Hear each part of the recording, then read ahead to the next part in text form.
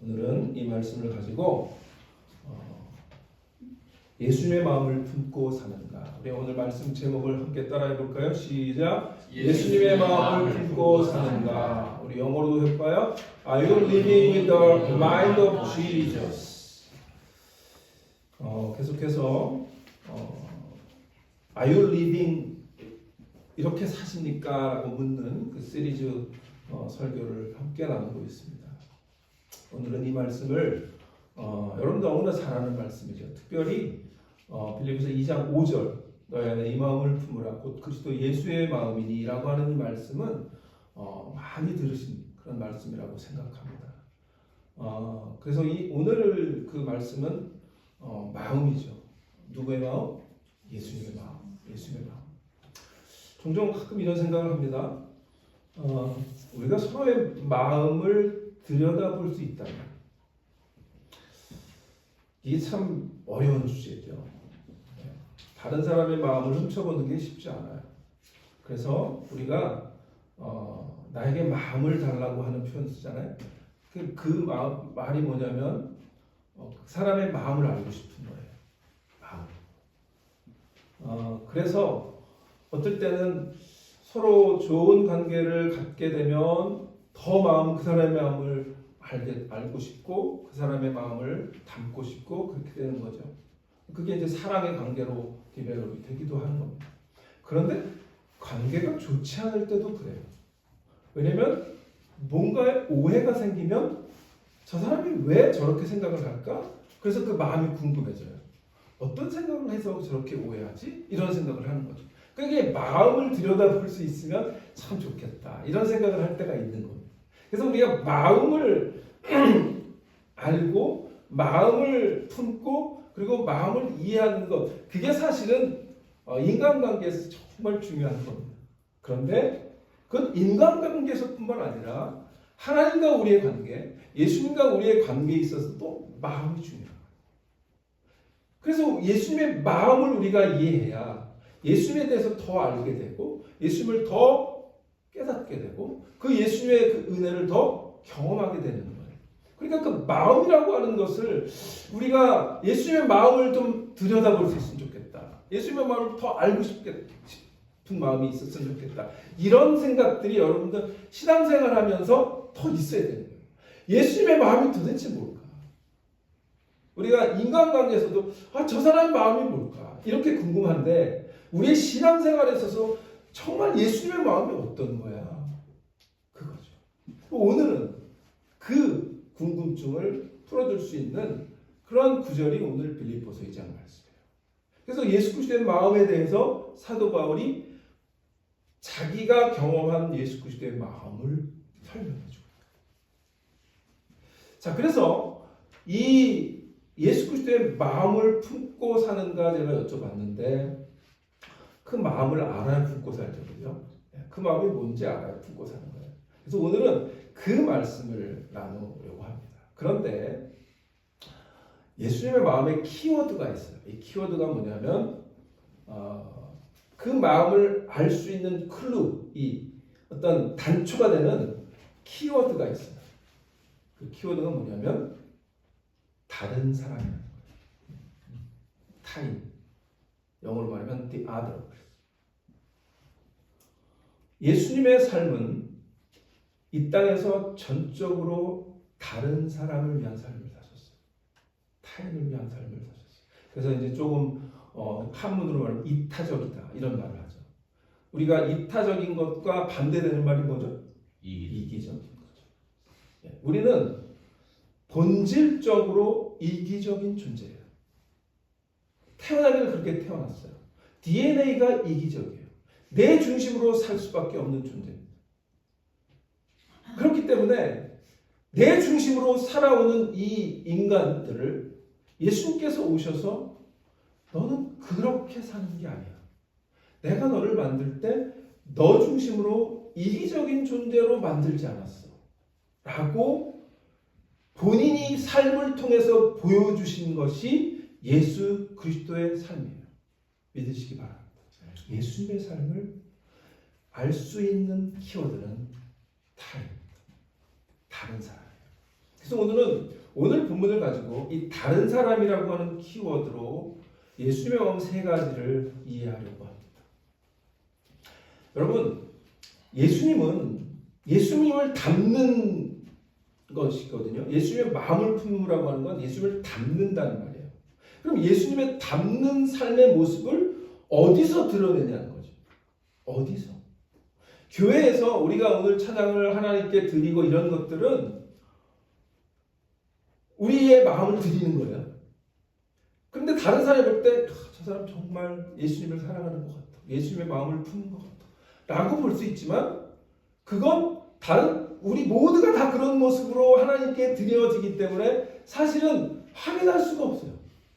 근데 정말로 예수님의 마음을 품고 사는구나 라고 확인할 수 있는 방법이 있는데 그건 뭐냐면 이 세상에서 다른 사람과의 관계 속에서 내가 어떠한 모습으로 살고 있는지를 보는 거예요. 그럴 때 이 사람이 정말 예수님의 마음을 품고 사는구나 라고 드러낼 수 있는 거예요. 다른 사람과의 관계라고 하는 것이 예수님의 마음의 키워드예요.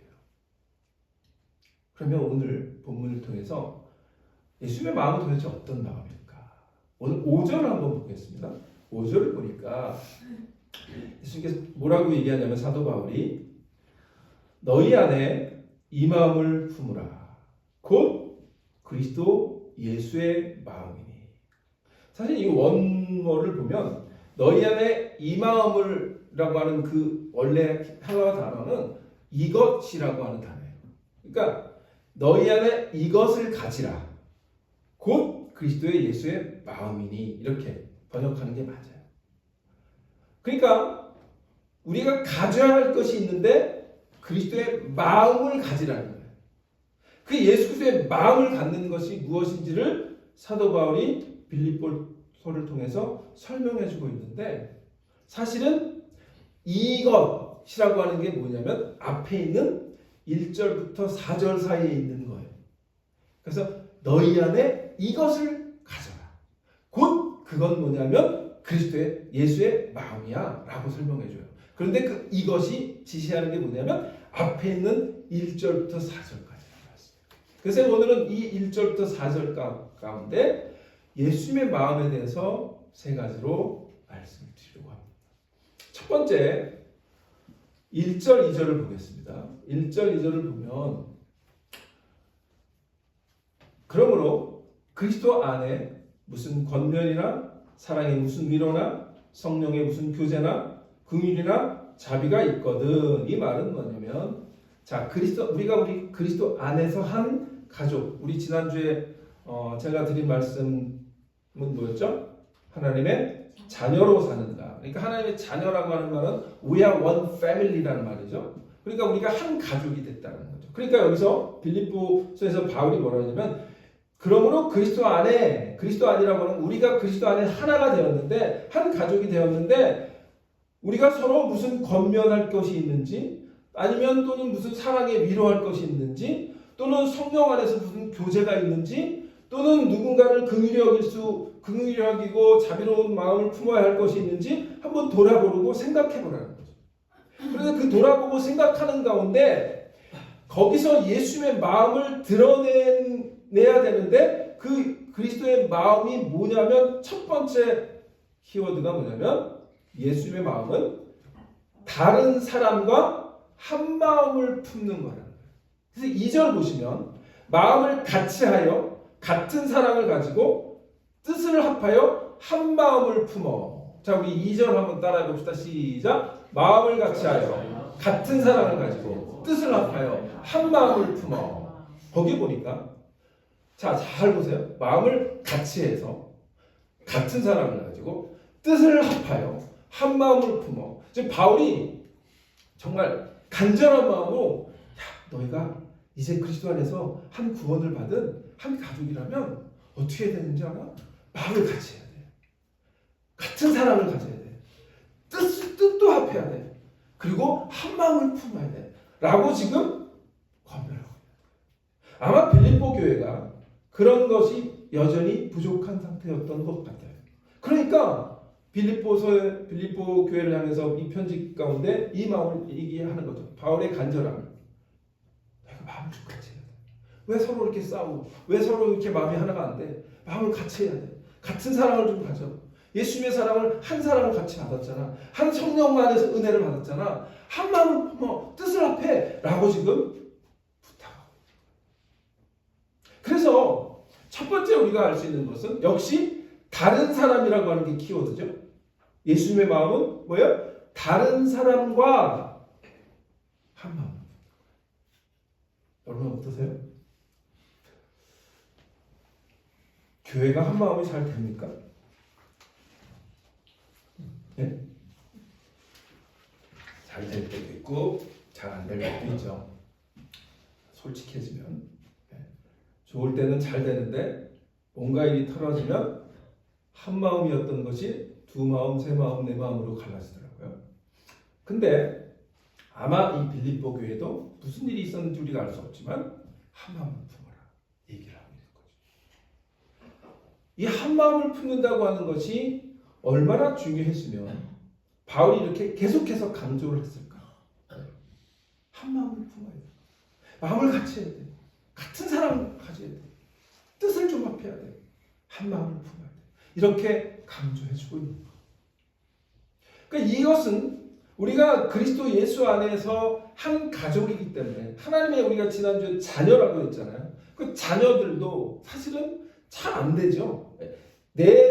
내가 낳은 자녀들도 어떨 때는 사이가 좋은 자녀들이 있기도 하고 어떤 자녀들은 사이가 안 좋아요. 그러니까 이게 참 내추럴한 것 같아요. 그런데 중요한 건 뭐냐면 하나가 되는 모습이 아름답지 하나가 되지 않는 모습이 아름답지는 않다는 거죠. 그렇죠? 그러면 우리가 알 수 있는 궁극적인 결론은 하나밖에 없어요. 한 마음을 품는 것이 가장 주님이 보시기에 아름다운 거고 그것이 예수님의 마음이라는 거죠. 왜냐하면 예수님이 하나님이시잖아요. 또한 성령님이시잖아요. 그러니까 지금 여기서 한 마음, 한 사랑을 받았다라고 하는 말은 삼위일체 하나님, 아버지 하나님, 예수 그리스도 아들 하나님, 그리고 성령 하나님, 그분이 삼위일체 하나님이 서로 하나가 돼서 교제하는 그 모습을 너희가 본받으라. 그 얘기를 하는 거예요. 그러니까 우리가 그리스도로 우리를 묶으셨다라고 하는 의미는요, 단지 그냥 교회라고 하는 한 건물에 나와서 예배드리는 그런 정도의 관계로 우리를 묶으신 게 아니고 우리를 정말 삼위일체 하나님처럼 하나로 묶으셨다는 거예요. 한 가족으로 묶으셨다는 거예요. 한 몸으로 묶으셨다는 거예요. 믿으시기를 바랍니다. 아멘. 자, 오늘 우리가 이제 이 스크린에는 없는데 길어서 제가 함께 찾아보려고 하는 성경 구절이 있습니다. 고린도전서 12장 12절로 27절입니다. 고린도전서 12장 12절로 27절. 자, 읽겠습니다. 몸은 하나인데 많은 지체가 있고 몸에 지체가 많으나 한 몸인과 같이 그리스도도 그러하니라. 우리가 유대인이나 헬라인이나 종이나 자유인이나 다 한 성령으로 세례를 받아 한 몸이 되었고 또 다 한 성령을 마시게 하셨느니라. 몸은 한 지체뿐만 아니요 여럿이니 만일 발이 이르되 나는 손이 아니니 몸에 붙지 아니하였다 할지라도 이로써 몸에 붙지 아니한 것이 아니요 또 귀가 이르되 나는 눈이 아니니 몸에 붙지 아니하였다 할지라도 이로써 몸에 붙지 아니한 것이 아니니 만일 온몸이 눈이면 듣는 것은 어디며 온몸이 듣는 것이면 냄새 맡는 것은 어디냐. 그러나 이제 하나님이 그 원하시는 대로 지체를 각각 몸에 두셨으니 만일 다 한 지체뿐이면 몸은 어디냐. 이제 지체는 많으나 몸은 하나라. 눈이 손더러 내가 너를 쓸데없다 하거나 또한 머리가 발더러 내가 너를 쓸데가 없다 하지 못하리라. 그뿐 아니라 더 약하게 보이는 몸의 지체가 도리어 요긴하고 우리가 몸에 덜 귀히 여기는 그것들을 더욱 귀한 것들로 입혀주며 우리의 아름답지 못한 지체는 더욱 아름다운 것을 얻느니라. 그런즉 우리의 아름다운 지체는 그럴 필요가 없느니라. 오직 하나님이 몸을 고르게 하여 부족한 지체에 귀중함을 더하사. 25절이 중요합니다. 몸 가운데 분쟁이 없고 오직 여러 지체가 서로 같이 돌보게 하셨느니라. 만일 한 지체가 고통을 받으면 모든 지체가 함께 고통을 받고 한 지체가 영광을 얻으면 모든 지체가 함께 즐거워하느니라. 너희는 그리스도의 몸이요 지체의 각 부분이라. 아멘. 아멘. 자, 뭐 제가 따로 설명할 거 있어요? 바울이 이 고린도 교회는 왜 이렇게 길게 얘기했을까? 아까 빌립보서는 그냥 한 마음을 품어 한 절이면 딱 됐는데 이 고린도 교회는 이렇게 길게 얘기한 이유가 있어요. 고린도 교회는 뭘로 유명했죠? 성령의 은사도 많고 능력도 많고 지혜도 많고 그런 교회였는데요. 진짜 유명한 교회는 뭐냐면 분쟁이 많았어요. 맨날 만나면 싸웠던 거예요. 그러니까 골치가 아픈 거죠, 바울이. 그래서 고린도전서는 길게 이렇게 하나가 된 이유를 몸의 비유를 들어가면서 너희가 그리스도의 머리이신 그 몸으로 우리를 하나로 묶으셔서 그게 뭐냐면 교회야 라고 설명해 주고 있는 거예요. 교회는 그리스도의 몸이고 교회의 머리는 예수 그리스도고 그리고 우리는 각 몸에 뭐라고요? 지체야. 그런데 그 지체가 서로 손과 발이 막 싸우고 막 눈과 귀가 서로 싸우고 이러면 그 몸이 어떻게 되냐? 네, 정신이 없는 거죠. 네. 여러분 그 정신분열증이 뭐냐면 정신이 하나가 아니라 막 두셋이 막 서로 싸우는 게 분열이죠. 정신이 그래요. 근데 몸이 막 서로 그렇게 막 이렇게 가야 되는데 이 발이 막 나를 붙잡고 못 가게 하고 있으면 그건 몸 분열증이라고 해야 되나? 그렇게 되는 거예요. 근데 오늘 아까 뭐라 그래? 25절에 몸 가운데 분쟁이 없고 오직 여러 지체가 서로 같이 돌보게 하셨다. 그게 교회의 존재 이유라는 거예요.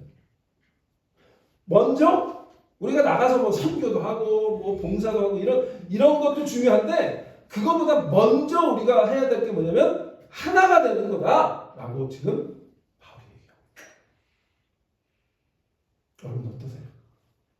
그리스도 안에서 한 마음을 품기를 갈망하시고 그 한 마음이 되기를 위해서 노력하시고 그리고 그 예수 그리스도의 그 마음을 한 마음이 됨으로 인해서 한 사랑을 품고 그리고 하나가 되기 위해서 열심을 품으십니까? 우리가 그래요. 그게 예수의 마음이에요. 예수의 마음을 품으래잖아요. 바울이 그렇게 우리에게 권면하는데 내가 여전히 하나가 되지 못한다면 누군가가 조금 마음에 안 든다고 그래서 그 사람을 이렇게 다르게 보고 이러면 이건 뭐죠? 그럼 하나가 되지 않는 거죠. 그래서 제가 아까 인간관계를 하다 보면 이게 오해를 할 수 있는데 그 오해가 풀어지는 가장 간단한 방법은 뭐냐면 그 사람의 마음을 알면 돼요. 그러니까 이렇게 됐겠구나. 이렇게 하면 돼요.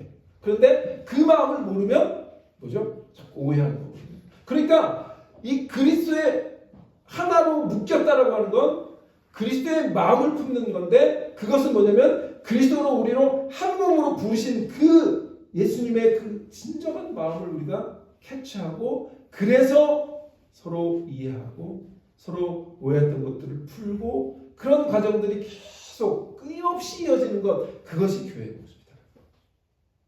자 그런데 예수님이 이 땅에 사시는 동안에 예수님의 제자가 12명이었죠. 그런데 예수님의 제자들이 하나가 됐을까요? 안 됐을까요? 네? 예수님의 제자들이 하나였다고 보세요? 아니죠. 네, 거기도 누가 크냐 이러고 막 서로 다투고 막 이랬어요. 아니 예수님의 제자들조차 3년 동안 쫓아다녔던 그 제자들조차 하나가 되지 못하는 모습들을 예수님도 보셨던 것 같아요. 그래서 예수님이 떠나가실 때 마가의 다락방에서 제자들을 놓고 그 최후의 만찬하실 때 기도하시잖아요. 그 요한복음에 있는 기도가 너무 예수님의 마음을 그 보여주고 있는데 그 말씀이 요한복음 17장인데요. 요한복음 17장 21절. 아버지여, 아버지께서 내 안에, 내가 아버지 안에 있는 것 같이 이 그들은 예수님의 제자들이에요. 그들도 다 하나가 되어 우리 안에 있게 하사 세상으로 아버지께서 나를 보내신 것을 믿게 하옵소서. 여기서 보면 중요한 게 뭐냐면 두 가지예요. 아버지께서 내 안에, 내가 아버지 안에. 제가 아까 그래서 삼위일체 하나님, 그분이 서로 하나 돼서 삼위일체 하나님의 그 교제하심을, 그것을 본받는 거예요. 그런 것 같이 이들도 하나가 되기를 위해서 기도했거든요. 그런데 그 하나가 되면 세상 사람들이 뭐라고 보냐면 세상으로 아버지께서 나를 보내신 것을 믿게 하라는 거예요. 그러니까 우리가 하나 되지 않는 모습을 교회에서 보이면 하나님께서 예수 그리스도를 보내신 그 모습을 사람들은 볼 수가 없다. 여러분, 전도라고 하는 것이 가서 복음을 전하는 건데요. 물론 입술로 당신은 죄인이고 하나님의 구원을 받아야 합니다라고 하는 복음을 제시할 수 있는 것도 복음 전도지만 우리의 삶의 모습 가운데 우리의 삶의 모습을 보고 사람들이 저 사람은 정말 예수 믿는 사람이네, 예수님의 마음을 품은 사람이네 라고 볼 수 있는 첫 번째 그림이 뭐냐면 하나가 되는 모습이에요. 우리가 하나가 되지 못하면서 자기들끼리도 하나가 안 되면서 무슨 예수를 믿으라고 그래? 이러면 이 전도는 고사하고 오히려 역효과가 나는 거죠. 그러니까 지금 예수님도 이제 제자들을 두고 가셔야 되잖아요. 그 제자들에게 사명을 맡기셨잖아요. 예? 성령이 임하시면 예루살렘과 온 유다 땅끝까지 이르러 증인이 되라고 하시는 그 말씀을 주셔야 되는데 이 제자들이 복음을 전파하는 자로서 먼저 해야 될 것을 예수님이 기도하셨는데 뭐냐면 그들도 하나가 돼. 다 하나가 돼. 라고 기도하셨다. 이건 굉장히 중요한 거예요. 교회는 하나가 되는 것, 그것이 가장 기본적인 것. 첫 번째 예수님의 마음은 뭐라고요? 다른 사람과 한 마음을 품는 거예요. 교회는 다 다른 사람들이 모인 거예요. 성격도 다르고 환경도 다르고 나이도 다르고 그 다음에 취미도 다르고 다 달라요. 그런데 그 교회 안에서 그런 것들이 그리스도 안에서 사랑으로 다 하나가 되는 거죠. 멜팅, 여러분 멜팅 팟이라고 알아요? 멜팅 팟? 용광로라고 그러죠. 용광로에 쇠가 들어가면 다 녹아요. 불순물도 다 녹고 그냥 하나가 되는 거예요. 그래서 거기서 뭐가 나오죠? 새로운 쇳덩어리가 나오는 거예요. 교회는 멜팅팟과 같은 성령의 뜨거운 은혜를 우리가 받을 때 성령의 은혜 가운데 하나가 되는 그러한 공동체가 되는 그러한 모임인 줄 믿으시기를 바랍니다. 네. 그래서 예수님이 또 한 말씀을 했어요. 요한복음 13장 35절에 보니까 이렇게 예수님이 말씀하셔요.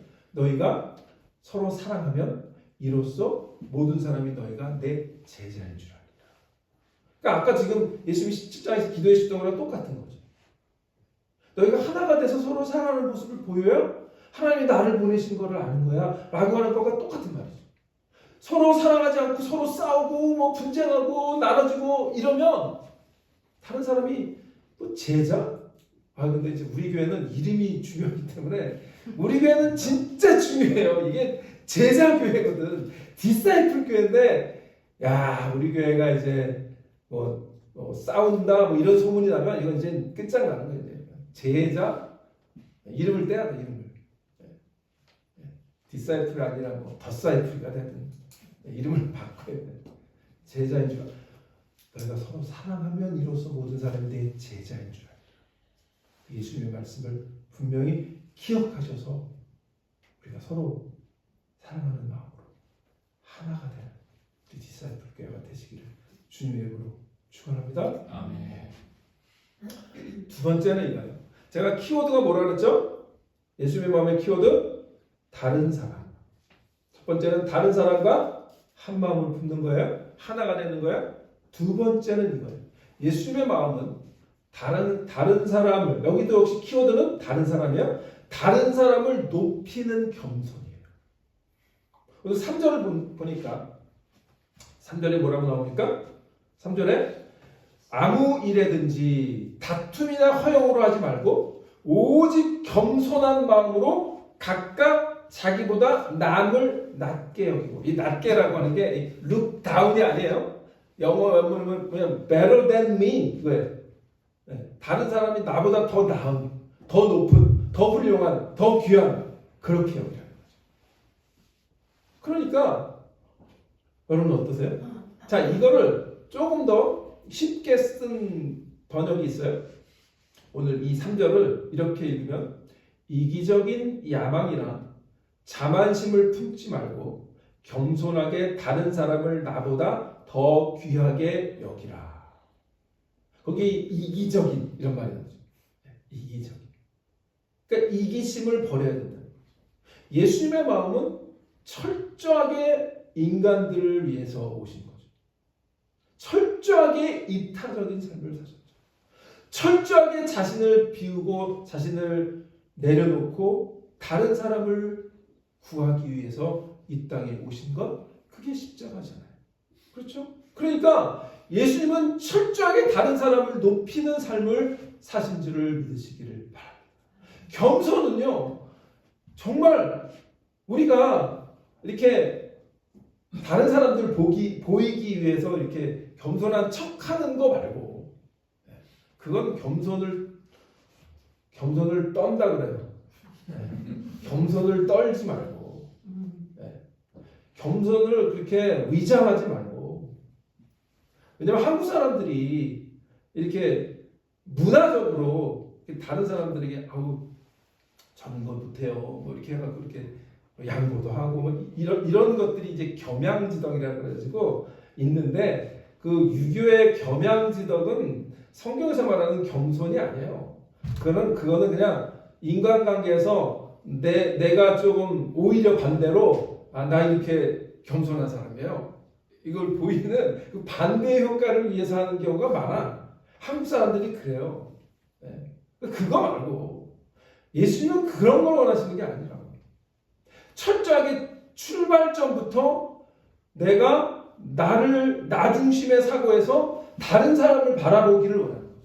저 사람은 도대체 어떤 삶이기 때문에 이렇게 살고 있는지, 그것을 관심을 갖고 그것을 바라보면서 야, 저 사람에게는 정말 귀한 것이 있구나라고 하는 것을 바라볼 수 있는 거.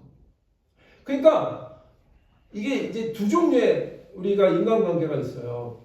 하나는 안 좋은 것만 봐. 끊임없이 안 좋은 것만 봐. 부정적인 거죠. 그래서 끊임없이 뭐가 문제인지를 봐서 그걸 캐내고, 이 사람 왜 이렇게 살아? 저걸 고쳐야 돼, 저 사람. 저것만 고치면 완벽해. 이렇게 해서 계속 부정적인 걸 보죠. 여러분, 이런 말이 있어요. 남자는 고쳐 쓰는 게 아니다. 그 아내들이 남편을 고치려고 참 무단히 애를 쓰잖아요. 근데 한 번 부정적인 걸 보면 그거에 꽂혀서 저 사람은 저게 문제야. 이러면 이제 그 부부관계는 힘들어지는 거예요. 그냥 좋은 걸 보고 사세요. 그게 좋은 거예요. 자, 그런데 우리 장로님 마음의 소리 커졌어. 자, 그러니까 다른 사람을 이렇게 볼 때 다 우리는 보이거든요.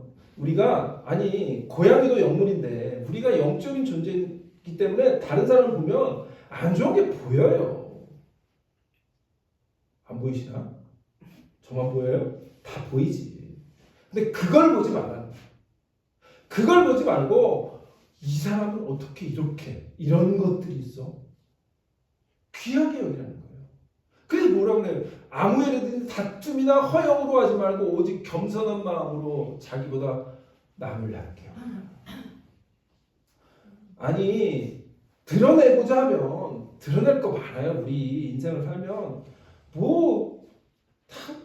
여러분 다 한가닥 하잖아. 그죠? 다 한가닥 해. 그런데 그걸 그렇게 보이려고 하지 말고 다른 사람의 귀한 것들을 그러면 예수님께서 보이셨던 그 마음을 우리가 조금이라도 품을 수 있게 될 줄 믿습니다. 네. 예수님이 그래서 본을 보이신 게 하나 있죠. 이거는 굉장히 상징적인 거예요. 이걸 안 하셨어도 돼요. 근데 굳이 하셨어요. 왜 하셨을까? 하나의 샘플이죠. 여러분, 우리가 뭔가를 배울 때, 예를 들면 선생님이 우리 건우가 바이올린 하잖아요. 그러니까 바이올린 선생님도 있고 이런데, 그죠? 그럼 바이올린을 이렇게 가르칠 때 선생님이 바이올린을 한번 먼저 싹 연주해줘요. 이렇게 켜는 거예요. 그러면 그 선생님 학생이 그것을 보고 따라하려고 하는 거거든요. 그게 배우는. 그리고 원래 제자라고 하는 것은 배우는 자라는 뜻이거든요. 그러니까 우리가 예수님의 제자로서 배워야 되는데 예수님이 배우라고 하신 것이 하나 있어요. 그게 뭘까요? 자, 우리 요한복음 13장. 요한복음 13장 14절로 15절. 12절로 15절. 그들이 발을 씻으신 후에 옷을 입으시고 다시 앉아 그들에게 이르시되 내가 너에게 행한 것을 너희가 아느냐? 너희가 나를 선생이라 또는 주라 하니 너희 말이 옳도다. 내가 그러하다. 내가 주와 또는 선생이 되어 너희 발을 씻겼으니 너희도 서로 발을 씻어주는 것이 옳으니라. 내가 너희 행한 것 같이 너희도 행하게 하려 본을 보였노라. 아멘. 예수님이 본을 보이신 게 발을 씻는 거예요. 그래서 교회에서 뭐죠? 세족식 이런 거 하잖아요. 근데 그 세족식 한다고 여러분들 다른 사람을 높게 여기게 되나요? 아니, 뭐 그럴 수도 있어. 그냥 동기 잠깐 부여가 되니까. 우리도 옛날에 저 어렸을 때 뭐 세족식도 하고 그랬어요. 뭐 수련회 가면 서로 발을 씻어 그래서 발을 씻어주기 위해서 먼저 발을 또 씻어야 돼. 냄새 나고. 네. 그랬던 경험이 있어요. 그런데 자, 그 발을 100번을 씻어준들 그 사람을 정말 귀하게 여기는 겸손이 되든가요? 동기부여는 되지만 그것이 그걸 만들진 않아요. 그러나 예수님의 이 행동은 상징적인 거죠. 왜냐하면 그 당시에 이 유대교 문화에서 발을 씻는 거는 누가 씻어줘요? 종이 씻어줘요. 거기는 다 흙바닥이에요. 모래란 말이죠. 네.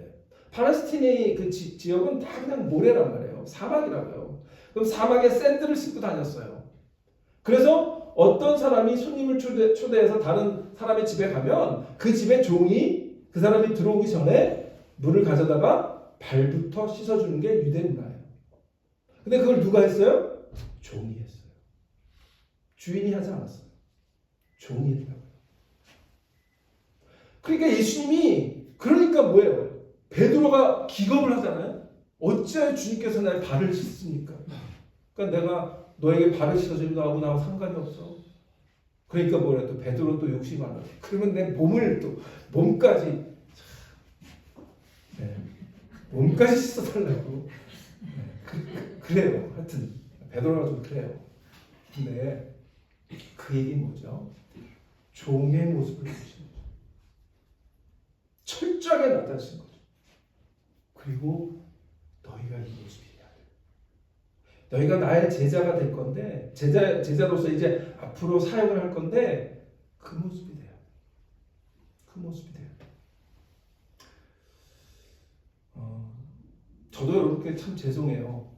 목사가 여러분들 잘 섬겨야 되는데 그렇지 못할 때도 있고 이렇게 저를 돌아보면 그렇지 못한 것 같아요. 그래서 부족하고 더 정말 섬기는 모습으로 사역을 해야 되는데 잘못하고 여러분 볼 때 참 목사가 저렇게 부족한가 이렇게 생각할 수도 있을 텐데 네. 저도 그래서 이 말씀을 저에게 주신 말씀으로 받고 그렇게 하려고 합니다. 그런데 그건 목사뿐만 아니라 우리 모두에게 예수님의 제자가 됐다면 예수님께서 본을 보였다. 너희도 행하게 하여 본을 보였노라. 그러니까 예수님이 본을 보였다고 하는 건 너희가 이걸 해야 돼 라고 얘기하시고 예수님의 마음은 나를 높이는 것이 아니라 다른 사람을 높이는 겸손의 마음, 나의 욕심과 야망을 내려놓고 섬기는 마음, 그것이 예수님의 마음인 줄 믿으시기 바랍니다. 이게요, 여러분 그 영어 가운데 이런 말이 있어요. 카운터 컬처. 이거 뭐냐면 이 세상의 문화에 대항한다는 뜻이야. 카운터 컬처. 반문화라고 하는 말인데 이 세상의 문화는 다 나 중심으로 내가 드러나는 거예요. 자, 미국은요. 제가 이제 미국에 와서 느낀 것 중에 하나가 뭐냐면 한국은 아까 말한 것처럼 겸손, 이렇게 겸양 이런 거잖아요. 이것도 못하고 저것도 못하고 이런 문화잖아요. 근데 미국은 그러면 진짜 안 알아줘. 너 이거 못하는구나. 넌 제외. 이렇게 되는 게 미국 문화들이에요. 그러니까 미국은 뭘 자기가 막 적극적으로 해야 되는 거예요. 그러니까 그게 참 좋은 거기도 한데요. 이제 거기에 우리가 놓치면 안 되는 게 뭐냐면 그러다 보니까 이게 개인주의적이고 자기중심적이고 자기가 드러나야 돼가 그래야 인정받는 문화이다 보니까 겸손하기가 힘들어. 겸손하기가 어떻게든 자기가 드러내야 돼. 그러니까 그게 이제 만약에 미국의 어떤 그런 특정한 문화라면, 근데 요즘은 뭐 한국도 뭐 별반 다를 바 없긴 해요. 그러나 어찌됐든 이게 이런 것이 문화라면 예수님의 마음을 품고 산다라고 하는 건 이 문화에 대항하는 거예요. 카운터 컬처가 돼요. 그게 그러니까 문화가 다 좋은 게 아니거든요. 근데 거기서 예수님 보시기에, 하나님 보시기에 아름답지 못한 문화들에 대해서 우리가 뭐 해야 되는 거예요? 대항해야 되는 거예요. 그게 예수님의 제자의 모습이에요. 왜 조그만 지역에 그 유대 땅에서 시작된 기독교가, 예수님의 복음의 운동이 어떻게 그 놀라운 그 지중해 전역의 로마 지역을 복음으로 정복했을까요? 그게 카운터 컬처였기 때문에. 그 당시의 문화는 모든 것이 로마 제국의 힘 있는 자가 승리하는 거고, 모든 것을 겸손하기보다는 자신을 드러내고 자신이 나아야 되고 하는 그런 것이 로마 문화예요. 그런데 이 기독교인들 보니까 이 사람들은 뭐 누군가 섬기고 아픈 사람 있으면 찾아가고 뭐 이런 것들이 있는 거예요.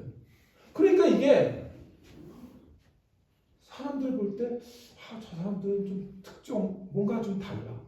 이런 것들을 이방인들이 경험하게 되는 거죠.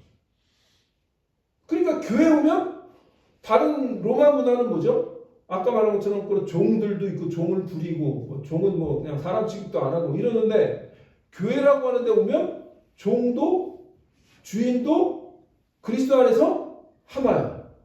서로 식탁도 같이 해. 이런 모습을 본 거예요. 그러니까 이게 반문화적인 모습이에요. 그래서 기독교가, 복음이 로마를 정복하게 된 거예요. 이 땅에 지금 이 문화가 정말 이 세상에 좋은 것들도 있지만 우리의 신앙과 우리의 어떤 태도를 정말 우리를 하나님으로부터 멀어지게 하는 문화들이 많거든요. 그 문화에 대항해서 세상은 이기적으로 자기중심적으로 사는 것이 맞는 거야 라고 얘기할 때 우리는 내 중심이 아니라, 이기적인 것이 아니라 다른 사람을 높이는 겸손한 마음, 그들을 오히려 복음으로 정복하는 그런 우리 하나님의 자녀들 될 때에 그것이 예수님의 마음을 품는 두 번째 태도인 줄 믿으시기 바랍니다. 마지막으로 예수님의 마음은 다른 사람을 돌보는 마음이에요. 4절에 보니까, 4절에 뭐라고 나옵니까? 각각 자기 일을 돌아볼 뿐더러 또한 각각 자기 사람의 일을 돌보아 나의 기쁨을 충만하게 하라. 예수님의 마음은 나만 돌아보는 게 아니라 다른 사람을 돌보는 거예요. 예수님께서 철저하게 이타적으로 사셨다라고 하는 것이 이거죠. 그러니까 예수님이 철저하게 이타적인 사랑을 보이신 절정이 뭐예요? 십자가예요. 십자가예요. 자, 그래서 예수님, 이 사도 바울이 이 마음을 품으라 그러면서 위에 있는 이 마음, 세 가지 마음을 구체적으로 예수님이 어떻게 보이셨는지를 설명해 준 게 그 다음부터의 구절이에요. 그리고 우리 빌립보서 2장 6절부터 보겠습니다. 빌립보서 2장 6절 보면 빌립보서 2장 6절에 그는 근본 하나님의 본체시나 하나님과 동등됨을 취할 것으로 여기지 아니하시고 오히려 자기를 비워 종의 형체를 가지사 사람들과 같이 되셨고 그리고 뭐예요? 그 다음에 사람의 모양으로 나타나사 자기를 낮추시고 죽기까지 복종하셨으니 곧 십자가에 죽으십니다. 십자가에 죽으십니다.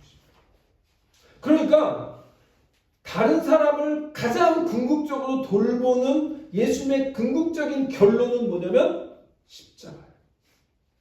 십자가 이상 다른 사람을 위해서 목숨을 내어놓은 것 이상 다른 사람을 돌보는 것은 없어요. 그렇죠? 예. 여러분 다른 사람을 위해서 정말 목숨을 거는 것 이상 다른 사람을 케어하는 게 어디 있어요? 그러니까 엄마들은 자식을 위해서 정말 목숨까지 내어놓는 그 사랑이 있잖아요. 그게 가장 숭고하고 귀한 사랑이라고 얘기하잖아요. 가장 이타적인 거죠. 그런데 그건 내 새끼니까. 내가 낳은 새끼니까. 나의 피가 섞였으니까. 이 내 자녀이기 때문에 할 수 있는 그렇지만 예수님은 우리하고 피 한 방울 아직 안 섞였잖아요. 오시기 전에. 죽으시기 전에. 그런데 우리를 위해서 십자가에 자신을 내어주셨다는 거죠. 그것을 지금 바울이 얘기하는 거예요. 다른 사람을 돌보는 마음. 그러니까 오늘 바울이 자기를 돌아보는 건 누구든지 해요. 자기 가족을 돌아보는 건 누구든지 해요. 그런데 그것뿐만 아니라 다른 사람의 일을 돌보고 다른 사람도 좀 챙겨 라고 하는 거예요. 그런데 그럴 때 바울이 뭐래? 나의 기쁨을 충만하게 하라. 그 모습을 보면 바울이 너무나 기쁘다는 거죠. 예수님이 그것을 보고 기뻐하셨던 것처럼 바울도 그 마음을 알았던 것 같아요. 예수님의 마음을 알았기 때문에 그 모습을 볼 때 가장 기쁘고 가장 아름다운 것을 보게 되는 거죠. 예수님께서 인간을 위해 십자가의 자세를 내어주신 모습, 그것이 다른 사람을 가장 궁극적으로 돌보신 그런 예수님의 모습인 것을 우리가 보게 됩니다. 십자가는 궁극적으로 다시 자신을 돌보지 않고 다른 사람을 돌본 가장 궁극적인 결정적인 모습입니다. 그래서 로마서 5장 8절에도 이런 말씀을 합니다. 로마서 5장 8절 우리가 아직 죄인 되었을 때에 그리스도께서 우리를 위하여 죽으심으로 하나님께서 우리에 대한 자기의 사랑을 확증하십니다. 우리가 아직 죄인이었는데 여러분 세상에서 범죄한 사람들 또는 뭐 이렇게 갱스터들 이런 사람들 보면 어떤 생각이 듭니까? 아휴, 사람 저렇게 살아. 어? 좀 제대로 살지. 이런 생각 사실 들잖아요. 하다못해 이렇게 홈레스를 봐도 아휴 왜 그렇게 살지? 이런 마음이 들 수도 있어요. 불쌍히 여기는 마음도 들지만 참 그런 마음이 들 수도 있거든요. 그러니까 세상에서 예를 들면 범죄하고 막 감옥에 몇 번씩 갔다 오고 이런 사람들을 보면 우리는 어떻게 보면 약간 룩다운하고 무시하고 이렇게 하죠. 그게 이제 내추럴해요. 그게 우리의 인간의 모습이거든요. 근데 예수님이 오늘 뭐라 그래요? 바울이 우리가 아직 죄인 되었습니다. 하나님이 우리를 바라보실 때 전 죄인이거든요. 마땅히 죽어야 돼요. 가치가 없어요. 무가치하단 말이에요. 근데 무가치한 그 존재를 위해서 가장 귀하신 예수님께서 인간의 몸을 입으시고 이 땅에 오셔서 그것도 십자가라고 하는 것을 지시며 죽으셨다라고 하는 사실은 얼마나 죄인을 향한 그분의 마음을 다른 사람을 향한 마음을 보여주신 거냐는 거죠. 예수님의 마음 품는 거 쉽지 않죠. 그러나 오늘 분명히 바울은 오늘 우리에게 그렇게 말씀하고 있어요. 예수님의 마음을 품어라. 그것이 우리의 삶이다. 그것이 예수 그리스도의 제자의 삶이다. 라고 말씀하시는 거예요. 그리스도의 마음으로 배려하는 거예요. 내가 조금 손해보더라도 하나도 손해보지 않고 살려고 하죠 우리가. 그런데 예수님 때문에 기꺼이 다른 사람을 위해 나의 시간을 투자하고 나의 물질을 투자하고 그렇게 돌아보는 그런 것, 그것이 예수님의 마음인 줄 믿으시기 바랍니다. 말씀을 맺습니다. 여러분, 세상에서 위대함을 어떻게 정의할까요?